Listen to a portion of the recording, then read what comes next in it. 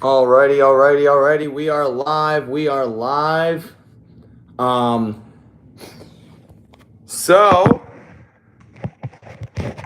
ladies and gentlemen, welcome back to the Reflection and Projection for Sports podcast with Simon Burtz. We thank you all for taking an hour out of your time and tuning into the show, where today we will be reflecting on 4 pieces of sports news, 4 different sports, 4 of the biggest things happening in the current world of sports.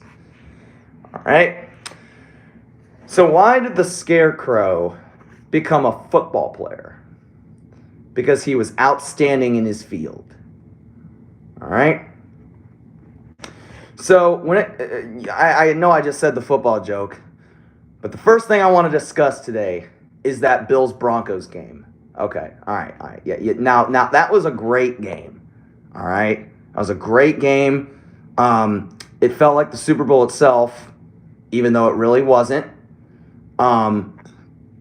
Little did I know Sean McDermott was going to get fired and all chaos broke loose. And literally, it's like now hell begins in Buffalo. I know Josh has stated publicly he doesn't want to leave, but there's a lot of there's a lot of at least regular season success that not only this team has, but a lot of other teams wish they had. But the Bills just set high standards for themselves. That's just who they are. But who knew that Sean McDermott was going to get fired? I know that it's been consistent, second round playoff exits. But really, like, the chemistry between him and Josh is at a whole nother level compared to a lot of teams in the league. And when it comes to playing through injury, I applaud Josh Allen. Like, seriously, I applaud him because there's so many injuries he has that I don't even know if I can name all of them. I know his foot was injured, his leg was injured. He's trying to remember what else of his was hurt. I mean, there were so many little things that Josh was playing through that. Okay, the bottom line is there's no other quarterback on that Bills roster that will get them even close to the standards they have in the playoffs. In the last 5 seasons, I can guarantee you the Bills have played no more than like 17 to 20 games where a quarterback not named Josh Allen made an appearance. I can guarantee you. And my point here is, out of the 90 regular season games they played in the last 5 seasons, roughly 70 to 73 of them was all Josh Allen. Like, not even Trubisky made an appearance, for that matter. So what that means is, when it comes to experience and reps, not only for yourself, but with the team you have, if Josh Allen is hurt, it's done for. Period. And I know you guys want to hear my thoughts on those 2 pass interference calls. The refs didn't screw them over. They sold themselves over. Tre'Davious White and Taron Johnson, they totally just, they know what they did. They screwed themselves over.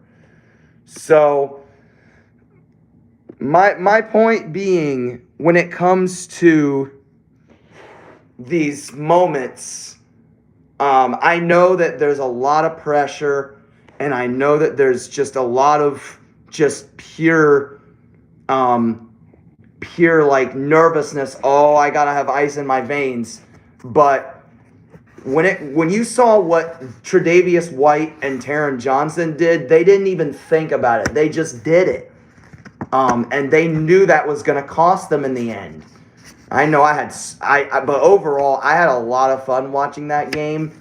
But I am going to be real here. My household is tired of Sean Payton, but I give him a lot of credit. He's a great coach.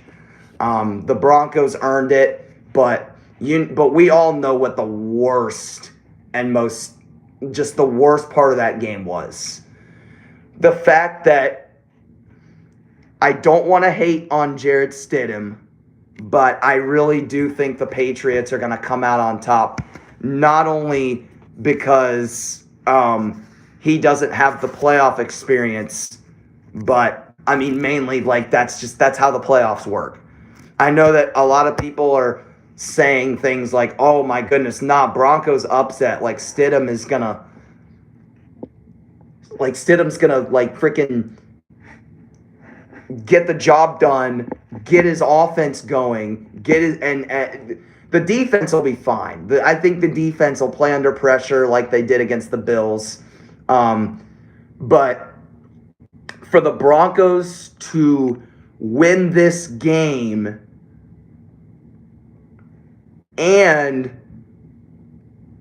now that I think about it, the Bills' run defense, when you put those things together, I could see the Broncos' run game put up something. You could see it.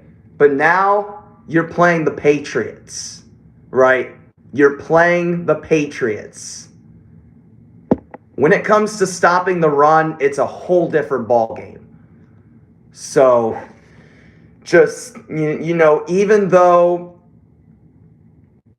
like I said, Allen has stated publicly that he's not going to leave. Even though Josh Allen has a contract through 2030, with the league and people leaving teams frequently nowadays, I can't say he's definitely going to do this. He's definitely not going to do this. I just can't say that. Guys are leaving every year, every other year. I just can't. So, I know that, but yeah, like I said, I had a fun time watching that game. It was real intense. But the Bills literally screwed themselves over. And that's the bottom line. So, now let's go into free agency in the MLB. It has taken a huge scrutinization lately, with so many notable and long-tenured players signing with other teams. I mean, this goes back to early December, ladies and gentlemen. So, the first thing, when it comes to the MLB free agency situation, the first thing that stuck out to me was Pete Alonso going to Baltimore. I'm like, why would you go there? I know the Orioles were good, but they were the most disappointing team in baseball this year. In 2025, I don't know what happened to the Orioles. Hear me out. The Orioles were supposed to be a high contention team here.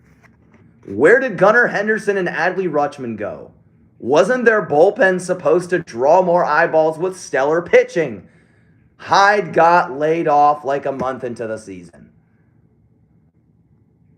I mean, we knew, at this point, when it got to maybe June or July, we knew it was pretty clear the O's were going to have an off year. So, just coming in, Baltimore fans, in March and April, being super excited for the season, and then you just have this big collapse. So, my point being, Baltimore underdid their expectations. Okay, so now I'm going to talk about Kyle Tucker. I'm a Cubs fan here. I know that this is really disappointing.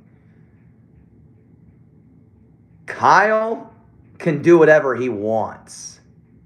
I know it's only a 1-year deal, but he's going to the Dodgers. Okay. Teoscar Hernandez, Andy Pages, Shohei Ohtani, Yamamoto, Freddie Freeman, Mookie, Mr. 2025 World Series. You know who I'm talking about. Miguel Rojas. Like, now you have Kyle Tucker. Is it even fun at this point? Like, I know they got the money. Like, is it even fun to watch baseball now at this point? Like, now we know who's going to win the next 4 World Series. If assuming no injuries. It's no fun. It's going to be no fun to watch at this point. Like, come on. The Dodgers have everybody now. And it's just pure madness. All right? Okay, so yes, we got Alex Bregman, but we really don't need more infielders. The other side of the argument is I have no power whatsoever of deciding for Bregman for coming to Chi-Town. I have no power on where these players are going to go. But if we really don't need infielders, we need outfielders. If Happ, PCA, and Seiya Suzuki get hurt, we're screwed. And teams will have absolutely no problem whatsoever hitting to the outfield. No problem whatsoever. Let me think now. Let me think. Let me think who, okay. It's a very hard decision to make. Like, if you had to ask me who I thought, okay, if someone was going to ask me, if there's an outfielder you want on your team, who would it be? Well, Aaron Judge. But if you're looking at an outfielder to come to the Cubs, Aaron Judge ain't coming here. Cody Bellinger's not going to come back. And none of these Dodger players are going to come here. Juan Soto ain't going to come here. We're definitely not going to. We definitely don't want Juan Soto, mainly because we'd have to offer him more than what he's being offered now. I'm going to get to Juan Soto in just a minute. But I think that I really think that when it comes to free agency, it's like the amount of long tenured players leaving, it's amazing. Like, it's going to be a whole new league next year. Well, not like actually, but you know what you know the context I'm going here. I'm just trying to think, man, just thinking of reliable guys that could be solid pieces in the outfield. I know you guys are gonna be chatting to me, say, bring prime Jason Hayward back. I wish I could do that, but I'm not going to. Or bring prime AJ Pollock back. No.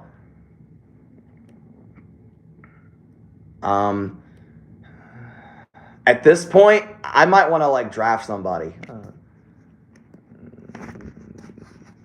It's just some of these outfield, just the big players in the league are getting offered insane amounts of money now. To the point where the Cubs are not going to want to offer that amount of money just for that one player. You just never guarantee. It's never a guarantee. You should only offer that much money if you 100% know and are confident that it's going to work. And that means don't offer them that much money ever. Because you never know when things are going to work and when things are not going to work. Because you got to play out a good duration of the season before you can really tell.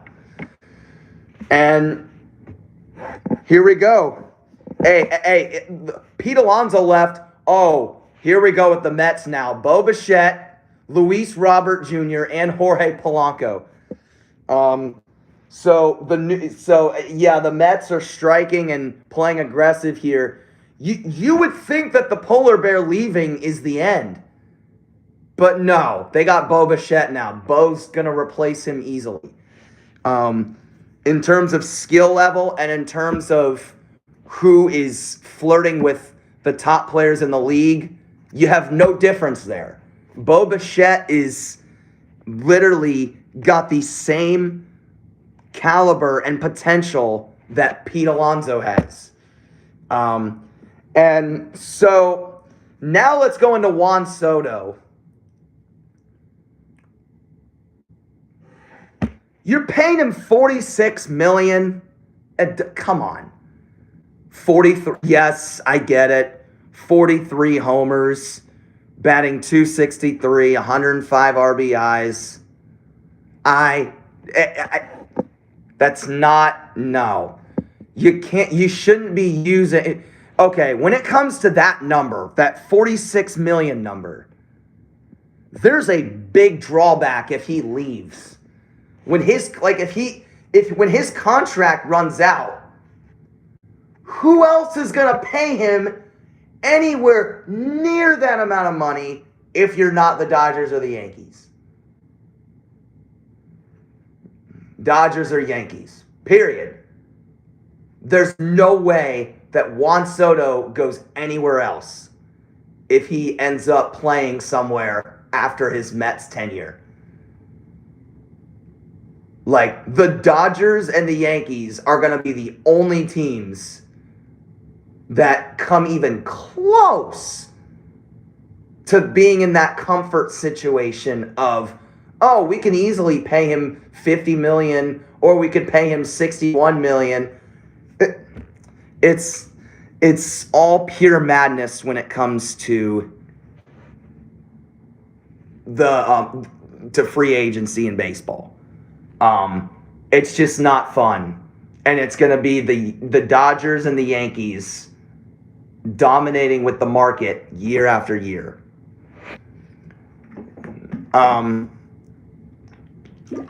Another point being, yes, he can do what he wants, but this amount of money, you're going to make them that much more spoiled. All right? So that it is what it is. I can't do anything about it. It's just really disappointing. But just, and also as a Cub fan, like, I knew, like the Dodgers, like, come on. It's literally all about money. Screw the talent. Screw trying to fight for any of the top 5 or top 10 teams. It's all about money. I want as much money as I possibly can. I know you guys are going to chat at me saying, well, that's how business works. But this is a league. Fans want to see a bunch of good teams. Now it's going to be those two teams, maybe the Mets now. It's not fun. So it's all about these big market teams now. What I mean by big market is 95 to 96% of the league is going to, if they offer that person and give them that much money, they're going to be way under what they want their salary cap to be. So, yeah, we're gonna come back for a lot more, and it's gonna be a lot to cover. So we'll be back in just a moment for the last couple segments of the podcast.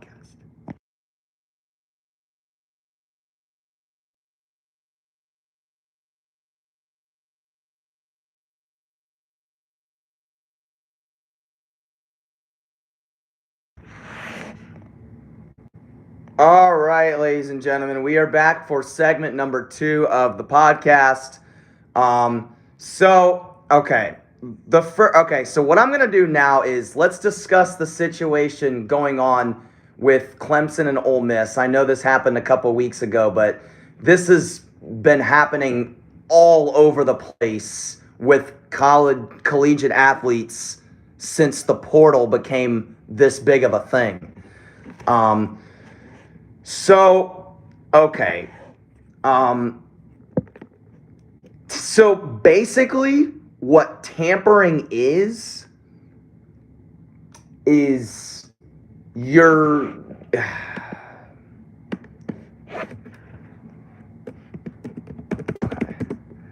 Even I'm trying to look it up. I know it's. So tampering is interfering with something in order to cause damage or make unauthorized alterations. So, and Dabo has been all over the place when it comes to this situation. And obviously with the portal, this is not just Luke Ferrelli. This is affecting several players, and when it comes to this, the portal is becoming a pure mess. Okay? So, and the NCAA needs to make a rule on this because not only is this a bad thing, but this is also like when it comes to this tampering issue, this is affecting their mental health. Here's what happened. When it comes to what a player can and what a player cannot do,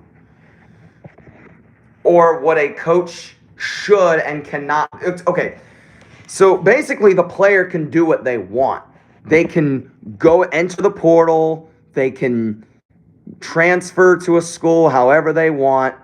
But in this situation, this player got to Clemson.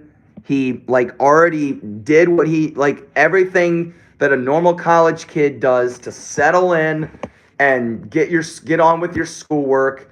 And what happened was, it was, 10 to 12 days, this guy enters the portal again and goes to Ole Miss.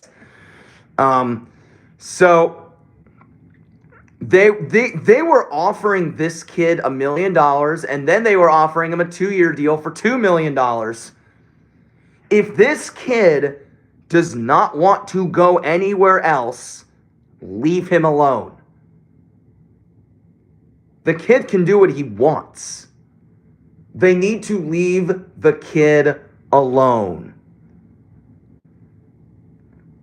See, when going across college football and the transfer portal, we need to know and understand just how important it is to protect the players. This is a serious situation, and this is a situation that he's going to remember for the rest of his life. Okay? I know that this is $1 million business, and it's like, oh hush, he'll be fine. No, this is not okay. He had already it's really frustrating, and I totally agree with Dabo's point. When it comes to him saying all the things the kid has done, when it comes to, here's what Dabo said. The kid had gotten a car. The kid had gotten his textbooks. This kid has already gone to class. This guy has moved in and all that. They just keep trying to reach out to him. The NCAA needs to make a rule on this. And I'm being dead serious, because this is not cool. It's not cool what Ole Miss is doing. And it's just purely, America's a free country. The kids can do whatever they want. The college kid, they can do whatever they want. And this portal era, the NCAA hasn't done anything to stop this issue. This portal era is under your authority. This group of people were the ones who decided to allow players to enter the portal as many times as they want. And what is it doing? It's causing a lot of chaos. It's causing a lot of craziness in the portal. The reason why I mentioned mental health is because it's like these text messages, they're consistently and mentally getting in his way. They're getting in his way of doing things, and they're offering, I get it, they're offering him seven figures, but at the end of the day, you shouldn't be, I think the reason, if I had to guess, the reason why he eventually entered the portal and left Clemson to go to Ole Miss was because he wanted the drama to stop. And I don't blame him for that. And so when it comes to it's just not cool when you do things like this. When it comes to the transfer portal, it's getting so out of control. There have been so many players that have been like in this situation, and it's very serious. I know it's hard to talk about when it comes to, but so it's very hard to talk about when it comes to this. Tampering is a really serious situation. What you can do and what you cannot do is the negotiation side of things. You can do that. That's business. But then when you're really just asking for the kid, when you're just consistently asking, like if the kid says, no, I'm not going to do this, that should be a done deal. And like I said, leave him alone. It's not that hard. All you got to do is put your phone down and not use the type buttons and type words into your text message. Move on with the current team you have. Oh, there's $1 million. Oh, man, this is going to change your life. No, not how that works. The player can do whatever they want. So, okay, now we're going to finish. We're going to finish this podcast with a little bit of a happier, but I don't know. According to ESPN, the 2026-27 college football playoff will stay with the 12-team format. So, okay. I have two sides to this argument when it comes to the CFP playoff format. All right? If we're thinking about making more money, and when you're thinking about the capitalism side of things, 12 teams as opposed to 4 easily fixes that problem. I think it's good from a branding perspective, but the problem is, who are we watching? We've seen the SMUs, the JMUs, they get absolutely embarrassed. Yes, they made the playoffs in this format, but they don't play the competition that the Big Ten and SEC play. When you look at everyone's schedule, there are a number of teams that you can already eliminate even if they go undefeated. Even if JMU goes undefeated. Look at JMU's schedule this year. They lost to Louisville. These wins, it's the Old Dominions, the Coastal Carolinas, the Georgia Southerns. What are we doing? Where's the competition? That's not competition. All right? Come on, that's not We don't want to see these things. Like every time you put you knew going into the JMU Oregon game, you knew JMU was going to get absolutely obliterated. They have maybe get them a bowl game, but not in the CFB playoff. I mean, they had a great season, but they don't play the competition that Ohio State does. They don't play the competition that Georgia does. They don't play the competition that Ole Miss or Indiana or Notre Dame play or Texas plays. No. These are the teams. The college football playoff is all about making these good and close games that people actually want to watch. When you consistently put these smaller market teams in the college football playoff, they're going to get absolutely embarrassed on national TV and nobody wants to watch it. So if you're trying to make more money, maybe don't put those teams in the playoffs. All right? Even if George Mason had a football team, they're not going to make the playoff. Like they're new, they would never make it. And just okay. The bottom line is the JMU Oregon game was over at the end of the first quarter. Cinderella stories don't exist in college football. End of the first quarter. That game was over. I'm turning the TV off. It's done. All right. So what all would happen if it weren't for the 12-team format? First of all, my Buckeyes wouldn't have won the national championship if it weren't for the 12-team format. They were the 8th seed last year. They wouldn't have even gotten in the playoff. Hey, you look at this year, hey, Oregon doesn't even get there. Miami doesn't get there. Last year, that Jack Sawyer strip sack wouldn't have happened on Quinn Ewers. Hey, that Ohio State go ball in 29, that wouldn't have happened. Penn State wouldn't have done what they did last year. Even with this 12-team format, I know that everybody's saying things like, Arch Manning's the most overrated quarterback in college football. I want him in there over a JMU team. You got this Notre Dame. I know, like, Notre Dame's having off. I'd much rather have Notre Dame in there than a JMU team.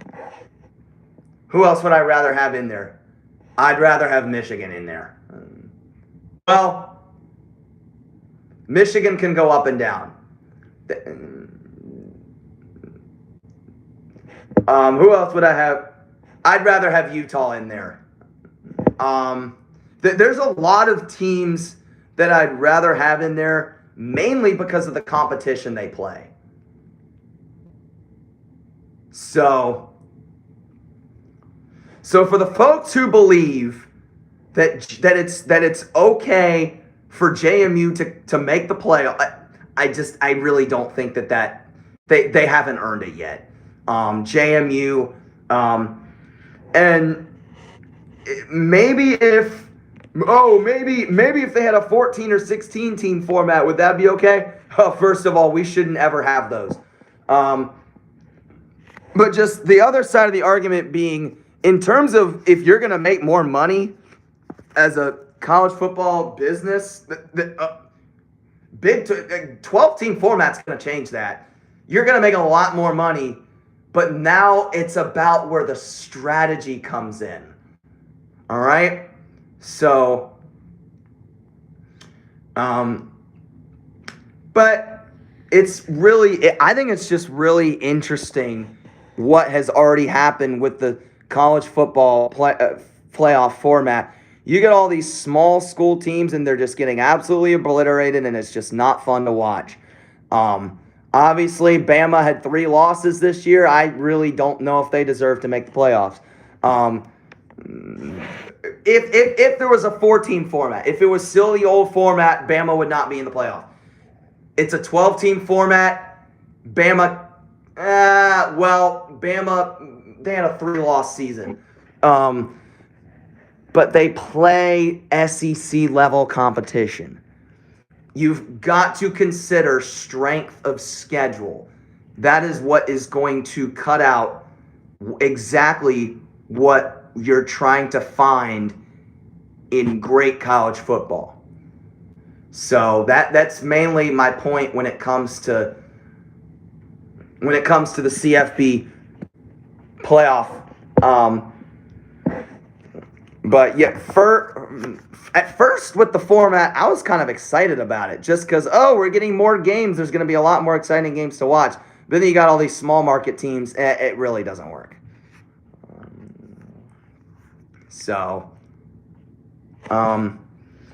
But with that being said, it was a shorter episode this time. We thank you all for tuning in and hearing me ram and rumble about all these crazy things going on in the world of sports. And that's that, y'all. See you later.